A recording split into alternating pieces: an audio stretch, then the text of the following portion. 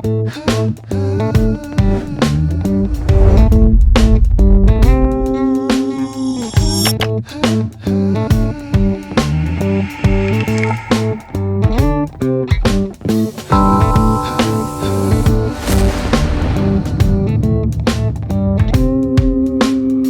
alright mga Kasiwa Nation, welcome to another episode. Ang bago natin ginagawa na Isang Wish Ka Lang. So ngayon, ang unang-una natin project bike sa Isang Wish Ka Lang is itong Mio Sporty natin. Kung magtatanong kayo, itong Mio Sporty na to is 6 years old at kasama na namin to dati pa nung nag-uumpisa pa lang yung 01 Moto.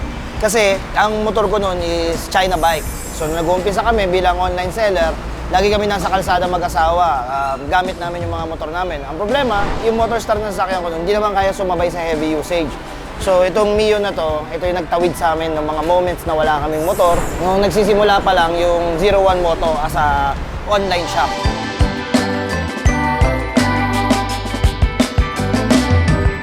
So sa loob ng 6 years, ngayon ko lang uli siya mababalikan. Dati kulay gray to, ngayon medyo kulay itim na. Medyo nag-improve na to, pero marami pang kailangan gawin kasi katulad nito side mirror na gulay, kailangan natin palitan. Malaki na yung naitulong sa akin ng motor na to. It's about time na balikan ko siya para sikasuhin. So marami tayong gagawin dito, from makina to bearing hanggang fairings, lahat. Babaguhin ko lahat to. Babalik ko to kung ano yung tinulong niya sa akin noon. So ipaparamdam ko sa motor na to yung biyayang binigay niya sa akin.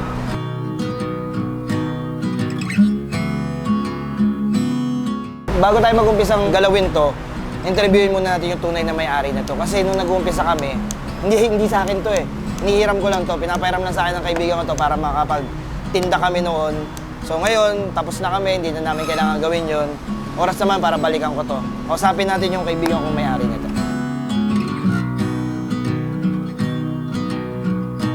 Ako si Radyo Joven. Ako yung may-ari nung Mio na black. Bali, binili ko siya ng installment sa motor claim. Sa loob ng 2 years ko hinulugan yun, minsan parang muntik ko na siyang hindi mahulugan. Mga 2-3 buwan. Medyo kinakapos kasi ng mga panahon na yun, kaya hindi ko nahulugan. Pinahiram ko siya kay 01 kasi pang start ng business at saka mas gusto ko na nagko-commute. Bali, isang taon ko siya pinahiram kay 01. Subemplayan sa beses kasi pagpreno ko sa aso. Bago pa lang ako nagmomotor. Tapos lagi lang hard start sa umaga kasi carburetor siya. Tsaka yung yung gearing niya parang eroplano eh. Yung gusto ko doon, kulay talaga ng 01 kasi talaga sa amin yan. May sentimental value ang motor na yan.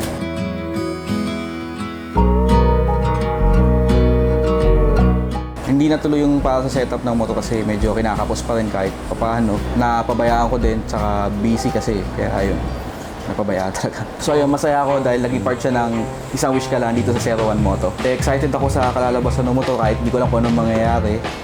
Tiwala naman ako kasi 01 Moto naman to. Sa 3 taon na ginamit ko yung motor na yun, sa wakas mabibigyan na siya ng hustisya.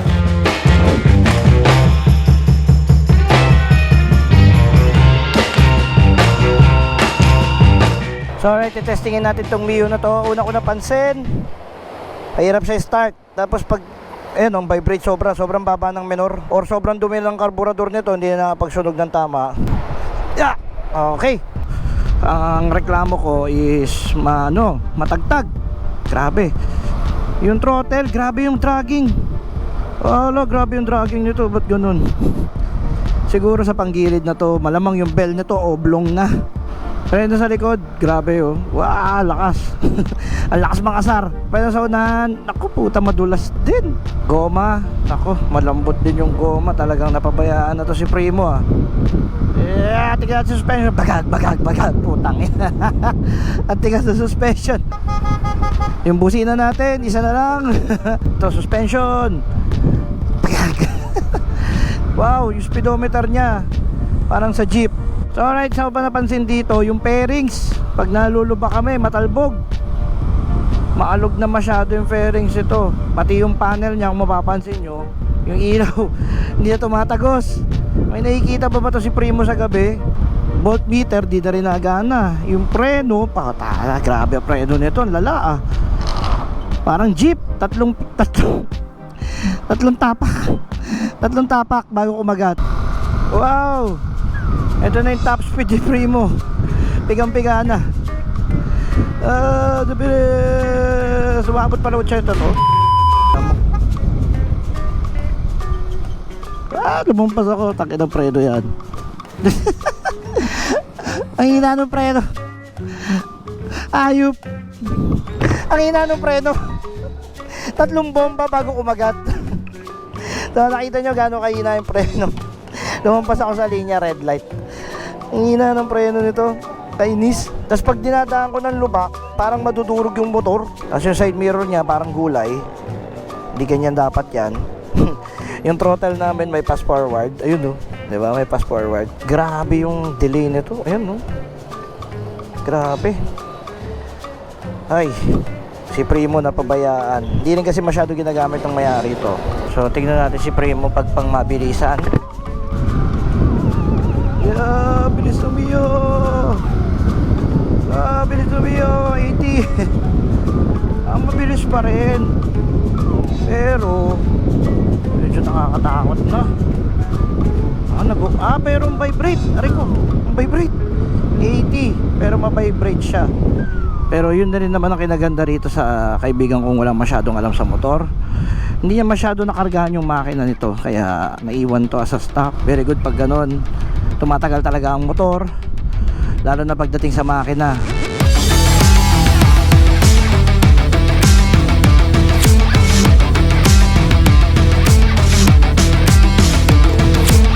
So alright mga Z1 Nation, we're back. So yesterday, tinesting natin si Primo.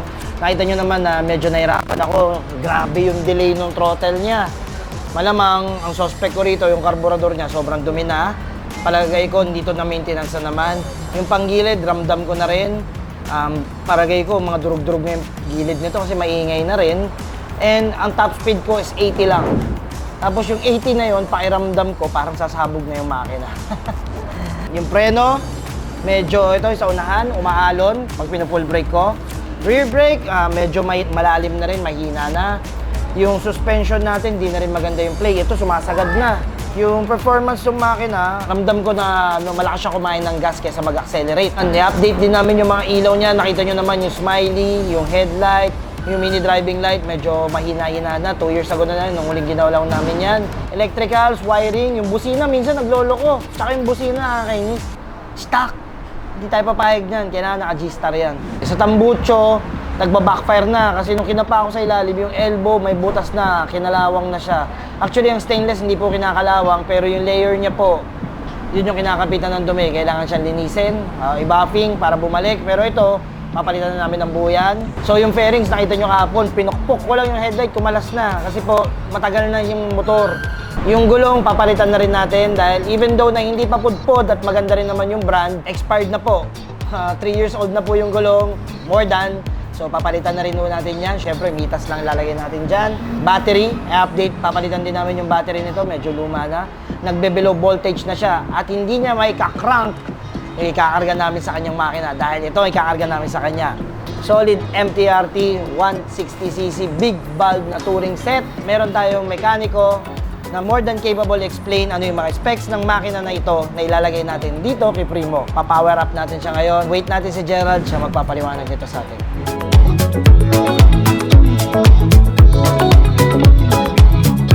So yun guys, meron tayong Mio Sporty rito. Ilalagay natin sa kanya na bore 59ME GB. Chrome bore siya guys. At saka yung piston niya, dome. Siyempre sa head cylinder, MTRT rin. 24-28mm. Sa carb naman, yung 28 Kehen original natin. Saka yung cams na ilalagay natin yung stage 2 ng MTRT. Sa rocker arm, MTRT rin siya. Manifold, MTRT rin siya. Saka yung jettings natin sa Racing Monkey na 120. So yun guys, ito na lahat yung may kakabit natin dito upang maging 160cc siya. Marami pa ikakabit. Hindi lang ito, marami pa. Abangan nyo na lang guys.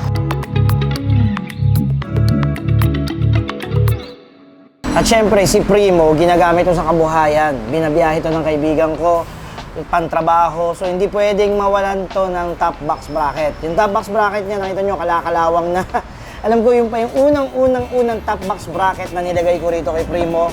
Nung nag-umpisa pa lang ako noon bilang online seller, alam ko, yun na yun. Kaya ngayon, papalitan natin siya ng isang indestructible na top box bracket. At syempre, kung may top box bracket ka, pwede ba mawala ang box? So, lalagyan din na ng alloy box tong si Primo. Konyo na ngayon si Primo.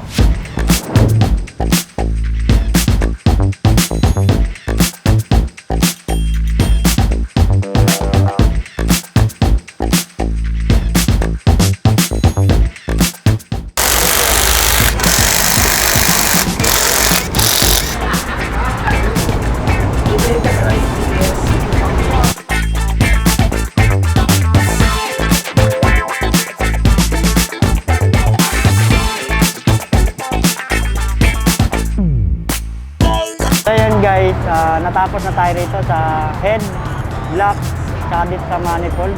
So ang isusunod natin ikabit ngayon itong panggilid, full set, avocado.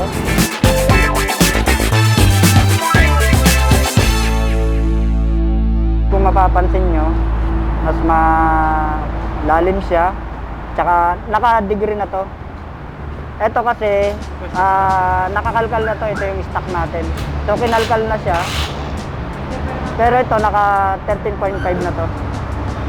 Ito, kinalkal lang siya. Pero kung mapapansin nyo yung stock na ito, makapal. Hindi siya gano'ng umakit yung bola, ayan, ganyan lang.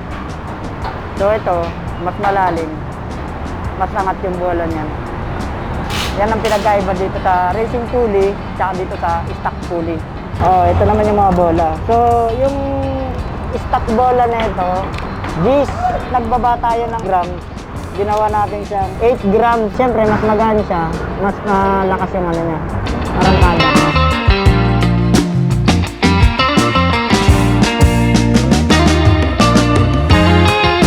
Yung stock na ito guys, 5TL lang.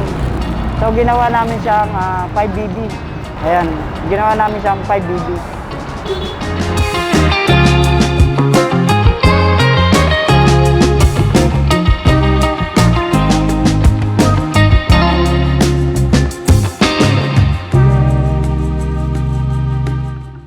So yun guys, yung gagamitin natin motor oil sa kanya is 5W40 para sa scooter na to.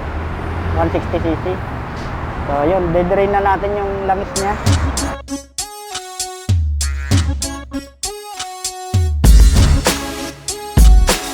Dahil naka-open naman siya, ito yung lagayan niya talaga, ito. So, ida-direct na natin dito ng lagay para malagyan na ng langis yung ibabaw niya.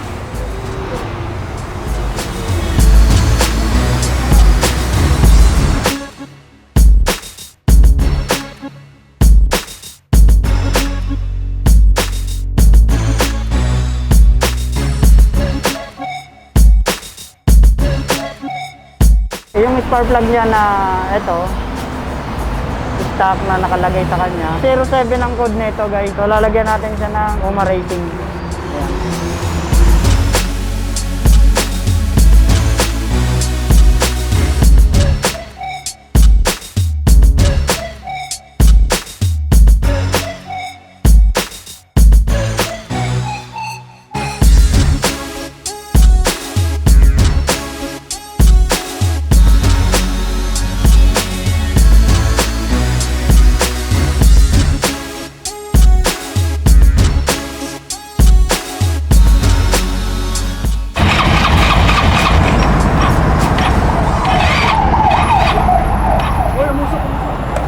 Tanggalin mo.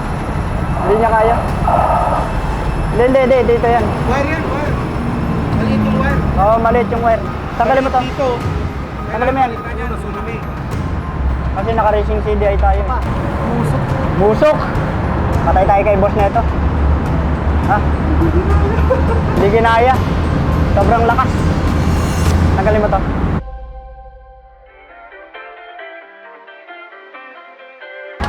So,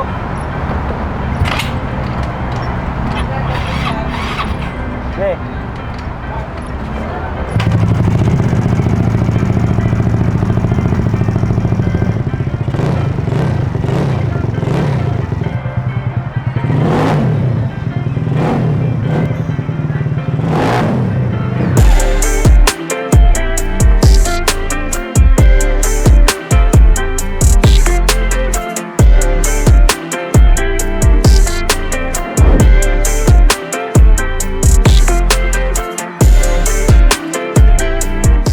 So alright mga Kasiwa Nation, no? Magte-test drive tayo ngayon kay Primo. Nakita nyo naman yung nangyari kagabi, sinabi na sa akin ni Gerald. Ngayon, buo na siya. Walang headlight, wala ang test drive muna tayo. Tignan natin, naka-stock pipe pa. Tara, tignan natin.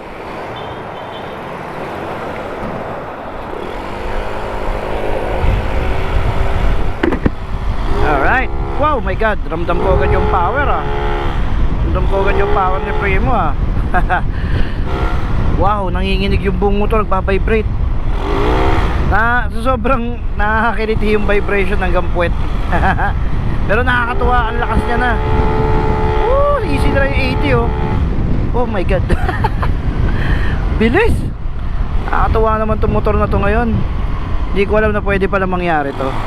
So saglit na lang mag 80 si Primo, kung naalala nyo dati. Woo! Woo! Saglit na lang mag 80. Kung naalala nyo dati, yung top speed niya 80, sagad na. Ngayon saglit na lang mag 80. Ay, nice. Nice, napalakas na. Successful. Nakita nyo naman yung unang takbo natin ngayon, unang karga. Woo! Woo! Woo! Woo! Lakas. Galing, galing.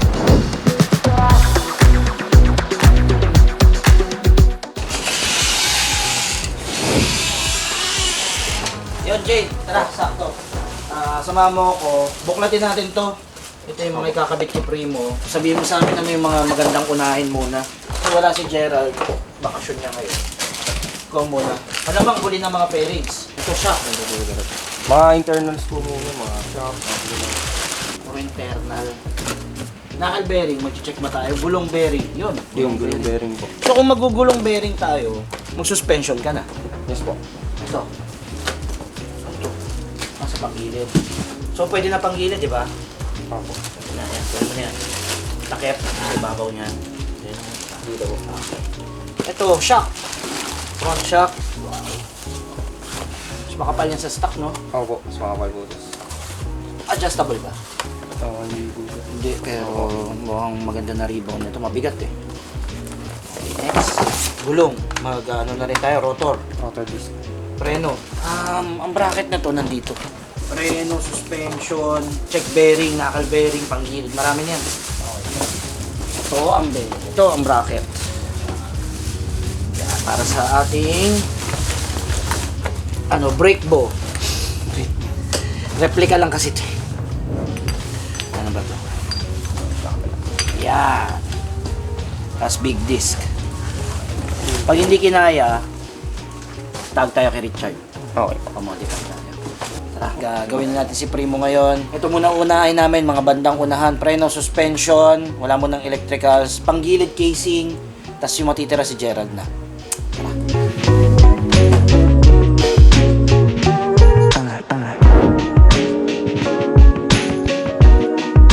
So day 4 na tayo. Kanina nakita nyo na tinawag natin si Jay.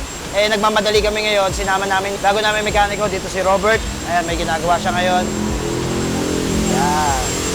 So, on training pa siya ngayon. First day niya, sabak agad siya sa akin. Ngayon, ang pinababaklas ko sa kanya, ito, yung crankcase. Kasi ito yung papalit natin eh. Pang Mio 1. Ayan. So, ito yung kakabit natin pang Mio 1. Tapos yung buong panggilid natin, tingnan nyo, avocado na yan. Yan eh, avocado. So ito, try natin to. Swak na swak. Wala nga lang gasket. Sige. So Robert, tapusin mo na yan. Tapos dito naman tayo kay Jay na ginagawa yung front suspension. Ito napansin namin. Ito yung stock. Ito yung aftermarket. Sinukat ko yung tornilyo. Mas mahaba yung plano stock. Ay, mas mahaba yung plano aftermarket pala. Ayan. Kasi magkasing kapal lang eh. Pero mas magaang. Magkasing kapal, mas magaang. Malamang parehas lang yung talbog pero mas mahaba yung travel. So, mas okay ito. Tara.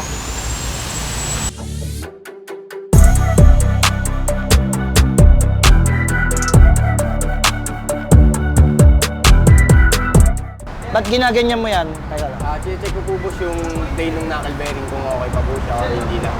Kamusta? Okay pa ba? Okay pa naman po boss. Wala pa naman pong alog. Wala bang alog? Opo, wala pa. Magkakalog pa lang. Okay pa po. Good pa po yung knuckle bearing nito. Next na po natin, kakabit ko po muna yung gulong para maano na po natin Sentro. yung braking system. Opo. Oo, sige. Siyempre, kabit po muna natin yung disc. Tingnan nga natin kung mas malaki yan sa stock. Ito yung stock eh. Ito yung stock. Manipis na oh. Ito makapal. Bigger. Konti lang. Konti lang. Meron mas makapal to. Floating disc para sa Mio. Angas.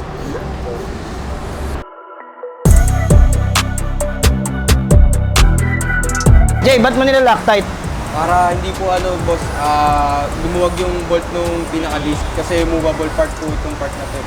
Pag umiikot po siya, the more na mas mabilis yung ikot, may possibility po kasi na lumuwag yung mga bolt. Sa vibration, no? Opo, sa vibration. Highly recommended. Pag nag-aftermarket parts na kayo, maglagay talaga kayo ng bolt, anong tawag dyan? Bolt sealer? Opo, Loctite. Oh, basta, yung generic name niya is Loctite. Marami na may ibang brand yan eh. Tanggalin na natin sticker na to. Kasi gagawin na natin itong pinturado. Ini-stickeran namin to dati kasi nga, ayan o. Mga tinatago kong bangga. Sabi ko doon sa tropa ko, ba't pinastikeran? Para maganda. Pero totoo lang, nabangga ko yan noon eh. Ayan o, ganda yun. Hanggang ngayon nandito pa. Talagang kumpleto ng history si Primo sa akin eh. Papapinturahan natin to kay tatay. Dali natin kay tatay. Tatay. So dito. Ito si tatay. Up! Huli, walang nagtatrabaho sa workstation. Huli! So dito yan. Papapinturahan. Ganito lang kami rito. Huli! Walang tao. Asa na naka-duty dito? So ito yung bangga ko, pre. At least alam mo na. Huli. Ba nag-break lang? Tawa siya ngayon eh. Huli siya. Ito. Batira ko. Tas-tasin mo muna yung yung sticker. Tapos liyahin. Papabili ko ng mamahaling pintura mamaya.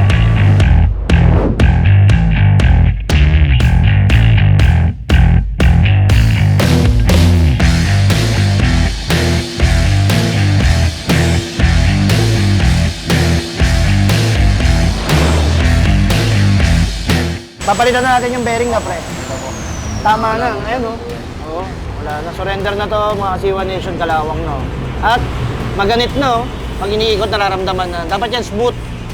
So, palitan natin bearing. Luma na rin.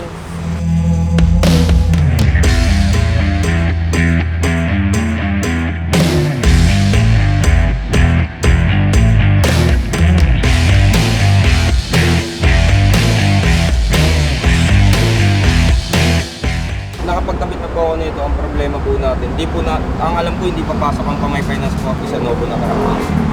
So, huwag na tayo mag-starter. Possible po. Pero pwede pa rin naman po mag-kickstarter. Yun nga lang, kailangan po natin ng Bumili na. pang-Novo talaga ng Pamay O, Finance. next time na lang. O, sige, kabit na lang muna natin. So, bibili uli kami ng pang-Novo pa lang na set talaga. First time kasi namin gawin to sa Mio. Akala ko yung pang-sporty, pasok agad sa casing na to. So, itong pang-starter kick niya, kailangan bumili pang-Novo talaga. So, kakabit namin to anyways kasi maganda bang kondisyon ni Primo eh. Pero eventually, kailangan mabilan yun kasi paano pag sumablay yung starter. Kargado kasi yung makina eh. So, kakabit na namin yung crankcase. Ngayon, syempre, utang na loob ko kay Primo lahat. Kaya, oras na para magkaroon siya ng mga bling-bling. So, ito yung mga crankcase bolt niya. Galing sa heng. Ayan, kabit na yan dyan.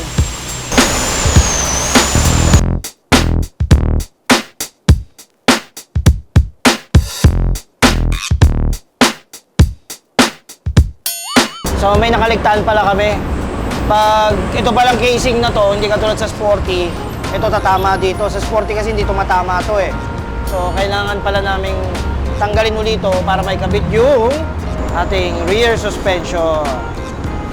Yeah. So adjustable na to. So ito ikakabit natin para sa Mio. Dito yan, no?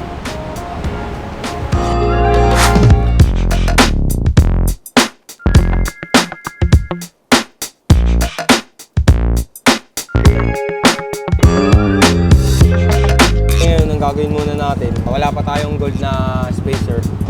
Kabit muna natin itong stock para ma-planketa lang yung ibang pyesa na ikakabit dapat natin. Katulad ng preno, hindi natin siya may kakabit.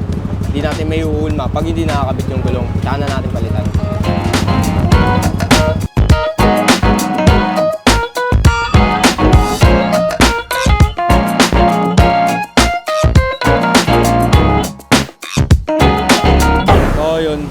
Tatabasan nga pala natin to, no? Itong part na to kasi bumabangga siya sa stock na batok. Papakita ko sa inyo. mapapansin ninyo, bumabangga siya. Itong part na to. Kaya ang mangyari. Normal yan. Opo, boss. Parang ang laki ng diferensya. Base sa ano, sir, napanood ko naman po sa YouTube. Meron talaga? Opo, meron po. Papasok po siya. May katay Tapos, lang talaga? opo, may katay lang po talaga. So, ito to, pipili ko puwersa yun. Magtatabas po ng konti para pumasok po siya. Sige, tabasin Opo. mo. Tapos, ang mangyayari, magkakaroon po ng bracket dito. Bracket siya dito. Para yun yung po yung pinaka magiging suporta niya. Okay. Sa ilalim? Opo, sa ilalim po. Sige, sige. Modify mo.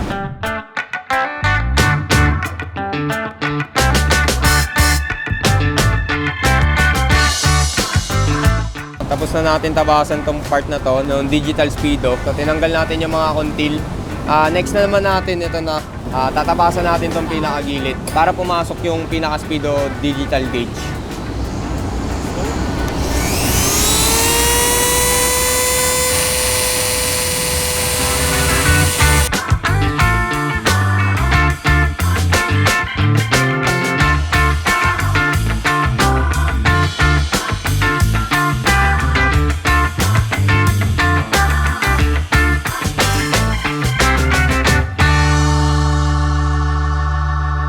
So alright mga Kasi-One Nation, no? Day 5, 5 araw na. Bakit ka mo kasi sinisingit lang namin to. So ngayon, halos buo na siya, pero bawal nyo makita. So, naikabit na namin yung panel. Ayan na. May silicone na siya ngayon, medyo fail pa rin. Lalagyan namin ng tape to, ng sticker para makoveran. Tapos, levers and non-grips. Sabi ko sa inyo, papalitan natin yan, di ba? So, ito ipapalit natin. Itong Brembo na replica, tapos isang bikers na full carbon fiber. Ayan. Yan eh.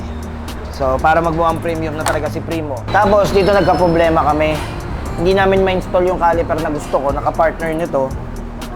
Kasi, masyado maliit yung rotor. So, ngayon, back to the drawing board, bibili kami mas malaking rotor with bracket. So, medyo nag-backfire kami rito. Sumabla ito. Tapos, G-Star horn, naikabit na namin. Ito na.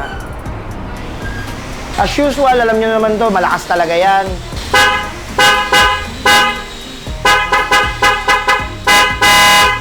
So, as usual, G-Star horn pa rin. Ang ingay kaya sumabay sa tambucho ko. Tapos, muffler. Ito na pagkasundo ang ilagay. Dahil ang mga Mio, pagkargado yan, ang mga sporty pagkargado, malalakas ang tunog, maingay. So, hindi naman pwedeng hayaan namin naka-stock pipe yan kasi masasakal makina. So, nag-exhaust kami. Ito yung napili namin kasi ito yung pinakatahimik namin sa mga big muffler. Ito yung pinakatahimik namin. Ngayon, medyo malutong pa rin eh. Medyo malutong pa rin. So, ganito ginawa namin. Tingnan nyo to. Ito yung ilalagay namin sa Mio. Nilagyan namin ng resonator baka sakaling mas bumuo pa yung tunog. Punit kasi. Kargado kasi yung makina eh. So, ngayon, malaman natin. Kung tatanungin nyo ko ano po laman ng loob ng resonator, parang tambucho na rin po yan. May fiber din sa loob yan, may screen din sa loob yan. Kaya nga resonator eh, tinatanggal nyo yung nakakairitang resonance na tunog.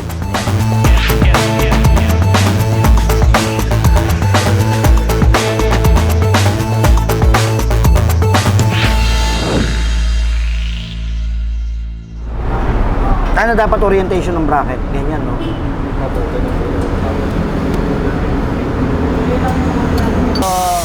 Day 6 ng build, natapos na kami, nagka-problema pa. Etong bracket, hindi pasok dito. Kasi yung stock, ayan o, may hulma na ganito. Titignan natin kung anong pwede natin gawin. Magmamagic muna kami. Ano magandang gawin dito?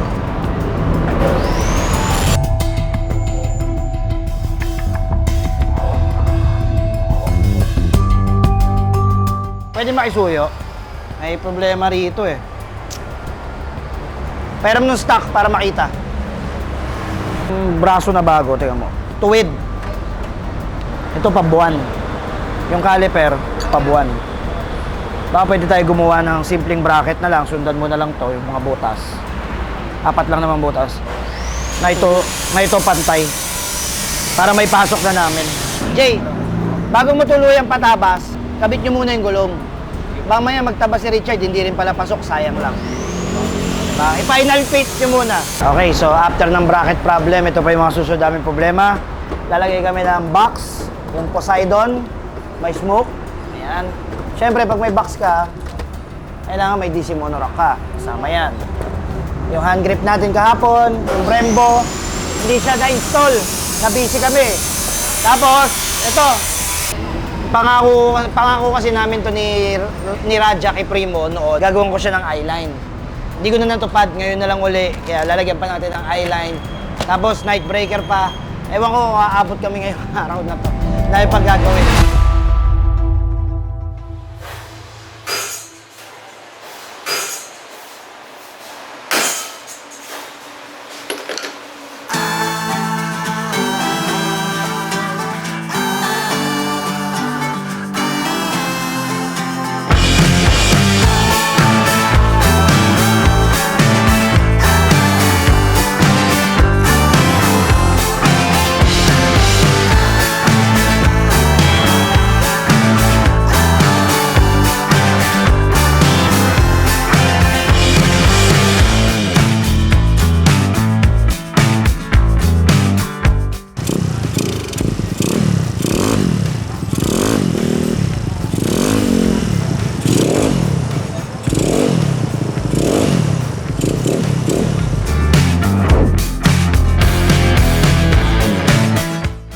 Mga Kasiwa Nation, no? After ng mga ilang araw na ginawa namin dito, testing ng makina, pumutok na valves. Ngayon, natapos namin yung project namin. Ito na si Primo. Hindi pa ito nakikita ng tropa ko, pero syempre, ito na yung araw. Ito na yung big reveal namin para sa kanya. Nandito siya. So, i-reveal na natin. Hop! Teka. Bago natin isoli sa kanya to, magkita-kita muna tayo sa Repsol Road Race. Punta tayo doon sa Bulacan. Tara na!